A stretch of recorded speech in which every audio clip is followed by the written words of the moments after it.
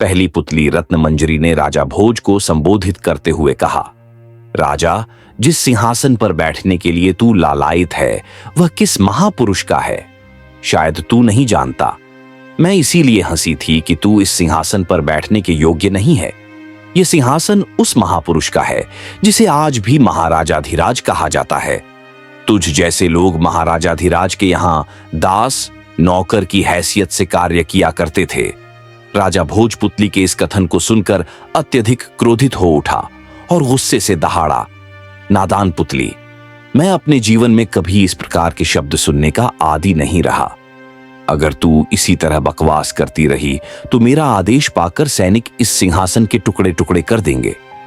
तभी राज पंडित ने खड़े होकर कहा, यह बात आपको शोभा नहीं देती राजन।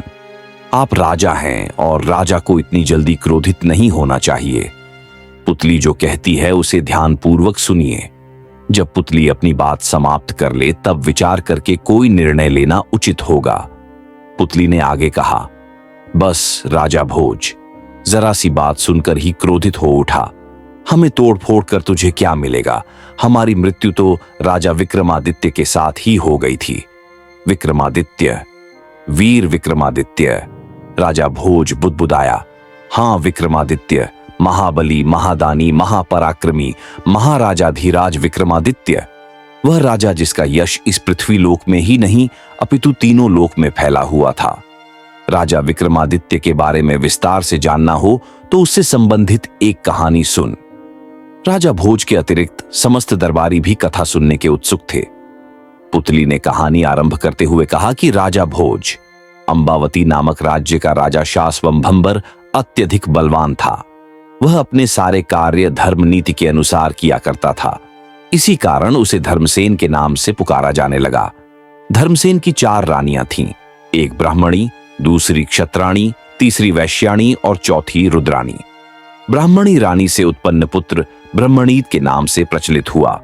वह बड़ा ज्ञानी और धर्म कर्म को मानने वाला था। क्षत्राणी की कोख से 3 संतान उत्पन्न हुई, जिनमें एक का नाम शंख, दूसरे का विक्रम तथा तीसरे का भर्तरी था। वे तीनों भाई एक से बढ़कर एक वाली कहावत चरितार्थ करते थे। तीसरी रानी वैश्याणी से जो पुत्र उत्पन्न हुआ उसका नामकरण चंद्र किया गया। चंद्र अत्यंत विनम्र एवं बड़ा रहमदिल था। रुद्राणी ने भी एक पुत्र को जन्म दिया और वह धन्वंतरी के नाम से प्रसिद्ध हुआ। ब्राह्मणी का बेटा सब में बड़ा होने के कारण उसे राजा धर्मसेन ने अपना दीवान नियुक्त किया, परंतु विधाता ने कुछ और ही लिखा था। इसलिए क्षत्राणी से उत्पन्न पुत्र शंख के हृदय में राजपाट का ऐसा लोभ समाया कि उसने अपने पिता धर्मसेन की हत्या करके स्वर्य को राजा घोषित कर दिया। राजा बनने के पश्चात उसके मन में हमेशा यह शंका बनी रहती थी कि धर्मसेन के शेष 5 पुत्र उसे किसी दिन समाप्त करके उसकी जगह स्वयं को राजा घोषित कर देंगे। अतः वह अपना रास्ता साफ करने के लिए उन 5 की हत्या की युक्ति सोचने लगा, परंतु उसकी साजिश सफल हो पाती इससे पूर्व ही इसकी खबर उसके 5 भाइयों को लग गई और 5 राजकुमार मौका पाकर एक रात महल से निकलकर अज्ञात जगह पहुंच गए। कौन कहां गया इसकी खबर किसी को भी न थी। राजा शंख की चिंता उनके फरार हो जाने से और भी बढ़ गई। उसने सोचा कि राजकुमारों में से कोई भी पड़ोसी राज्य के राजा से मिलकर उसे मेरे विरुद्ध हमले के लिए राजी कर सकता है। यही विचार कर उसने चारों ओर अपने गुप्तचर राजकुमारों को ढूंढने के लिए फैला दिए। जासूस अपने अथक प्रयास व कठिन परिश्रम के पश्चात भी अपने मकसद में असफल रहे। इस प्रकार उन 5 राजकुमारों का कोई पता न चला।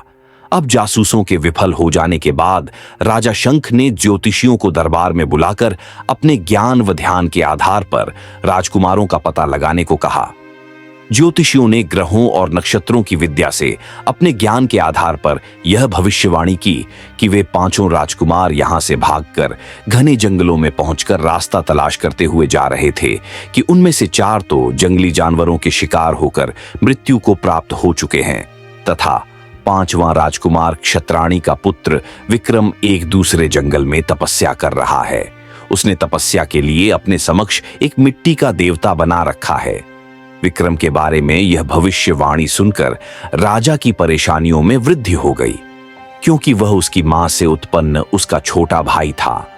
क्षत्राणी के पेट से जन्मा था, इसलिए राजा शंख उसके बारे में अधिक जानता था। यही कारण था कि अन्य भाइयों की अपेक्षा उसे विक्रम से ज्यादा खतरा था।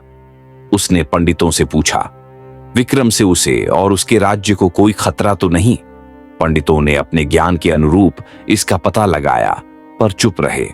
जब बहुत देर तक पंडितों ने कोई उत्तर नहीं दिया, तब राजा ने अपना सवाल दोबारा दोहराया तो एक पंडित ने डरते डरते कहा, अगर प्राणों की रक्षा हो तो हम कुछ कहें, निर्भय होकर कहो।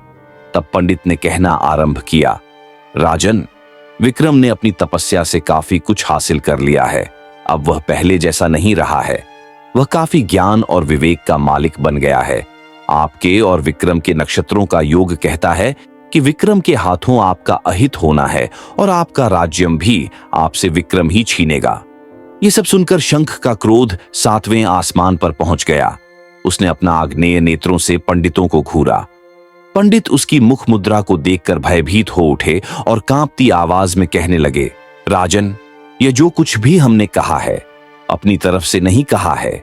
यह तो हमें जो कुछ अपने ज्ञान से प्राप्त हुआ वही आपसे कह दिया। पंडितों की बात सुनकर राजा शंख का गुस्सा कुछ कम हुआ। पंडितों की बातों की सत्यता को परखने के लिए उसने जंगल में जाने की तैयारी कर डाली। जब वह जंगल पहुंचा और एक पेड़ की ओट में छुपकर देखा कि विक्रम मिट्टी के देवता के आगे खड़ा साधना में लिप्त था। राजा शंख को पंडितों की बात सत्य प्रतीत हुई। राजा शंख की निगाह फिर विक्रम की ओर पड़ी तो विक्रम योगी की भांति देवता के समक्ष हाथ जोड़े खड़ा था। कुछ देर पश्चात जब विक्रम ने अपनी साधना मुद्रा को भंग किया तो वह वहां से स्नान आदि के लिए चला गया। विक्रम के वहां से हटते ही राजा शंख उस देवता के निकट पहुंचा और वहां पहुंचकर उसने उस मिट्टी के देवता का अपमान किया जिसकी विक्रम पूजा करता था। ये सब कुछ देखकर वहां खड़े राजा के सैनिक अचंभित रह गए और एक दूसरे से कहने लगे कि राजा की बुद्धि भ्रष्ट हो गई है जो यह ऐसी हरकतें कर रहा है। एक सैनिक बोला, किसी भी देवता का अपमान करना अपना अहित करने के बराबर है। देवता चाहे कोई भी हो, उसकी पूजा करना मनुष्य का कर्तव्य है, न कि उसको अपमानित करना। राजा के साथ आए हुए दरबारियों ने राजा को समझाना चाहा। उन्होंने कहा, राजन, यह आपने अच्छा नहीं किया जो एक ऐसे देवता की बेइज्जती की जिसके आगे आपको शीश नवाना था। राजा ने दरबारियों की सलाह को अपना अपमान समझा और अहंकार में भरकर बोला, मुझ में देवता और मिट्टी में पहचान करने की योग्यता है।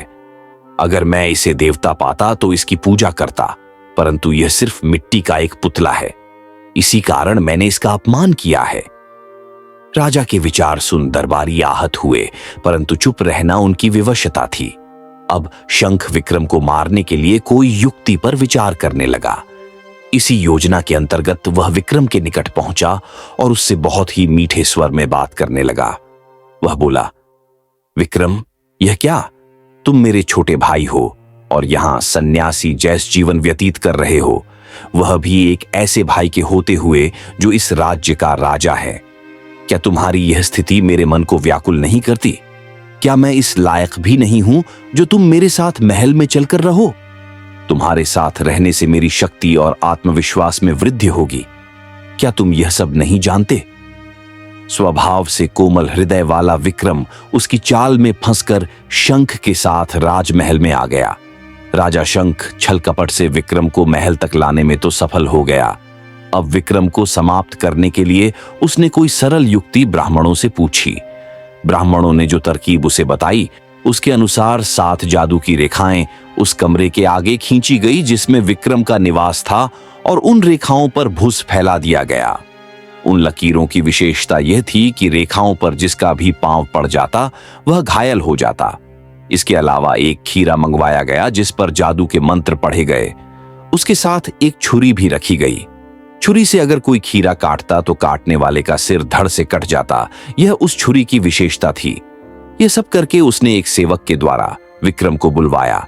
राजा शंख का विचार था कि विक्रम जब अपने कक्ष से बाहर कदम रखेगा तो उसका पैर लकीरों पर पड़ेगा और वह घायल हो जाएगा। इसी दौरान उसके हाथ में खीरा व छुरी देकर खीरा कटवाया जाएगा तो उसका सिर धड़ से अलग हो जाएगा। इस प्रकार विक्रम की मृत्यु हो जाएगी और किसी पर उसकी हत्या का दोष भी नहीं लगेगा। परंतु वह विक्रम था जिसने जंगल में रहकर सच्चे मन से योग साधना की थी। परिणाम स्वरूप वह योग में विशेष महारथ प्राप्त कर चुका था। अतः उसने अपने योग साधना के बल पर कमरे से बाहर निकलते ही यह जान लिया कि उसी के लिए लकीरें खींची गई हैं, जिन पर पांव पड़ते ही वह कष्ट में घिर जाएगा। विक्रम लकीरों को पहचान कर उनसे बचता हुआ सिंहासन के निकट जा पहुंचा। सिंहासन पर बैठे शंख ने जब विक्रम को सकुशल अपने निकट पाया तो वह ईर्ष्या से जल गया, लेकिन ऊपरी तौर पर उसने विक्रम की आवभगत की और कहा, आओ विक्रम, मेरे पास बैठो और यह खीरा काटो, जिसका हम दोनों मिलकर साथ ही सेवन करेंगे। विक्रम उसके मन के भेद को जान गया था, फिर भी उसने एक हाथ में खीरा उठाया और खीरे को घुमा घुमा कर देखने लगा। शंख का हृदय धक धक करने लगा। उसने फिर कहा, विक्रम, इस छुरी को उठाओ और अपने हाथों से खीरा काटकर मुझे खिलाओ। विक्रम ने छुरी को उठाया और उसे खीरे के नजदीक ले जाकर तिरछी नजरों से शंख की ओर निहारा। राजा शंख विक्रम की छुरी उठाते ही अपने को सामान्य दर्शाने के लिए इधर उधर देखने लगा। विक्रम ने जब शंख को अपनी तरफ देखते न पाया तो फौरन ही बिना किसी विलंब के छुरी को शंख के सीने में उतार दिया। विक्रम का वार इतना तीखा था कि एक ही बार में शंख का काम तमाम हो गया। राजा शंख की मृत्यु होते ही सारे दरबारी, समस्त सैनिक व सेवक हाथ बांधे विक्रम के आगे खड़े हो गए। दरबार में राजा विक्रम की जय जयकार के स्वर गूंजने लगे। तमाम लोगों के चेहरों पर खुशी के जो भाव थे वो विक्रम के प्रति स्नेह वफादारी के सबूत थे। जब जनता ने यह सब सुना तो उसमें भी खुशी की लहर दौड़ गई। विक्रम जय जयकार से सारे नगर की एक एक गली गूंजने लगी। विक्रम जनता को देखकर इस निष्कर्ष पर पहुंचा कि शंख से वहां की जनता भी परेशान थी। विक्रम को राज सिंहासन पर बैठते ही हर किसी का प्रेम मिला, वह अपने बड़े बूढ़ों का आशीर्वाद भी प्राप्त हुआ। विक्रम ने गद्दी पर बैठते ही अपने न्याय से अपने राज्य के ही नहीं अपितु दूसरे राज्यों के नागरिकों का भी मन जीत लिया। उसकी वीरता को देखकर बड़े बड़े पराक्रमी उंगली को दांतों तले दबा लिया करते थे। पड़ोसी राज्यों के राजा उसके दरबार में हाजिरी देकर अपने आप को सुरक्षित महसूस करने लगे। इस प्रकार विक्रम ने अपने पिता के हत्यारे को मारकर उसकी दुष्टता का उसे फल दिया और जनता को उसके अन्याय से मुक्ति दिलाई। इतना कहकर पुतली रत्नमंजरी चुप हो गई। तब राजा भोज ने कहा, यह तो विक्रम के राज्यपाठ हासिल करने की दास्तान है और इसमें ऐसा विशेष कुछ नहीं जिससे विक्रम की महानता सिद्ध हो। यह बात सुनकर रत्नमंजरी नामक पुतली थोड़ा मुस्कुराई और बोली, सुन राजा भोज, यह तो विक्रम के बारे में कही जाने वाली कहानी का आरंभ है। यह ठीक है कि अब तक कही गई कहानी में विशेष कुछ नहीं है, पर अब जो मैं बताने जा रही हूं वह जरा अधिक ध्यान से सुनना, क्योंकि वह विक्रम की न्यायप्रियता एवं वीरता की बहुत महत्वपूर्ण बातें हैं। सुन,